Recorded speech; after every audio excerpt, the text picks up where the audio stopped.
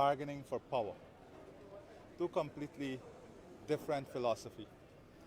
Now, let's go more fundamentally to who are collating and what are they collating for, and where Guyana is today.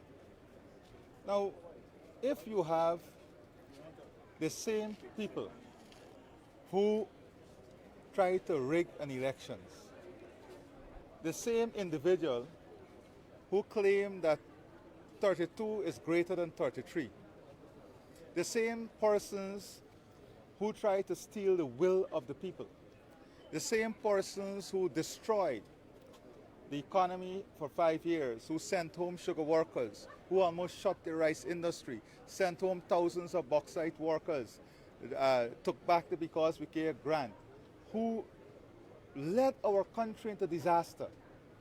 If they are the elements of coalition, then what are we talking about?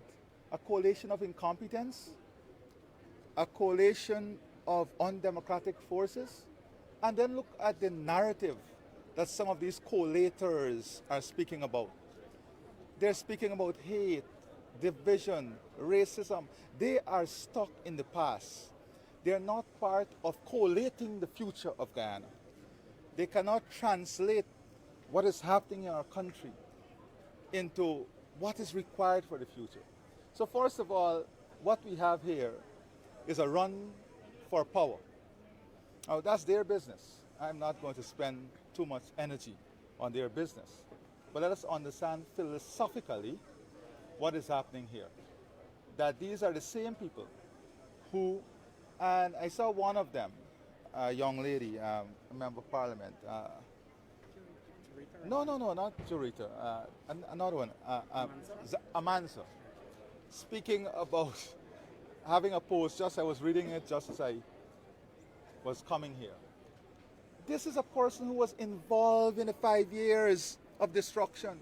This was a person who was at the center stage of rigging an election, at the center stage of trying to steal the will of the people, and suddenly speaking about the moral compass. The moral compass. Something is wrong. And they're unapologetic about it. They see no reason as to why they should admit their sins in moving forward. And then, of course, you have the coalition of convenience. It is clear from all the forces that are working that their only objective is to remove the People's Progressive Party Civic from government. Not about policies to grow Guyana, to expand our horizon, to provide jobs and provide opportunity. The entire purpose, they cannot come up with a cohesive plan. They cannot come up with a structural strategy that would enable development of Guyana. So they will use their propagandistic tools that have no place in our modern society. And that is why you see so many people moving to the other side of the equation. So many persons gravitating to the People's Progressive Party. Because of a philosophy, because of the policies, because of the results they have seen.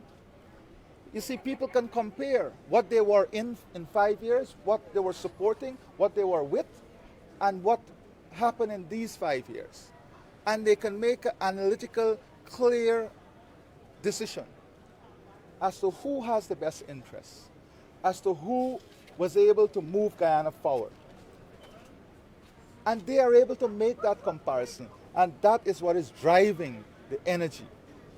And these are people who want to be part of a better Guyana. And we welcome that. We welcome that.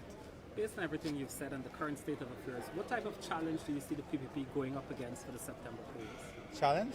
Politically, yes. I see the PPP, and I want to remain very humble about this. We have worked very hard over the 5 years. I see the PPP as a unifying force.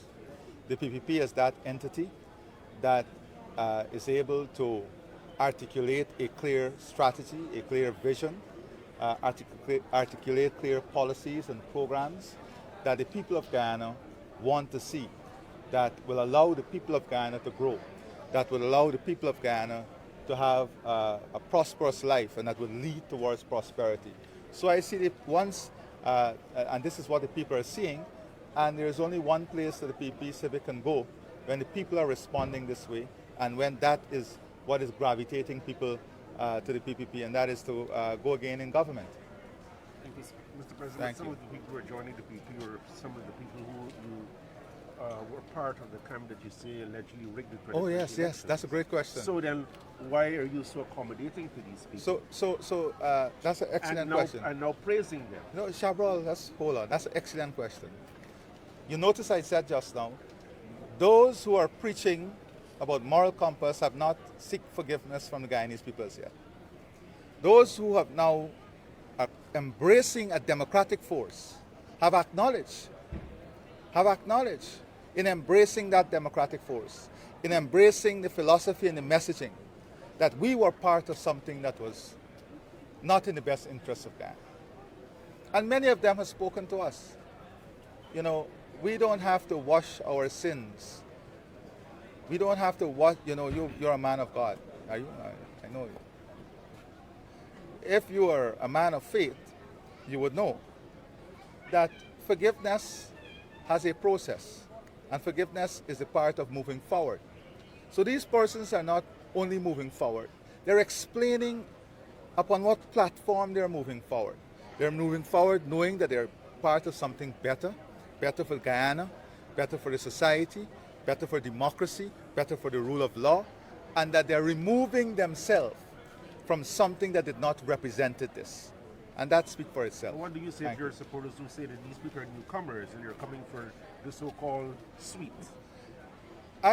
First of all, I don't know that. While they have been toiling for decades in the party. Okay. I don't know that this is a widespread view. I know that the PPP philosophy has always been about building a national front, building and bringing people of every class, every race, every religion together.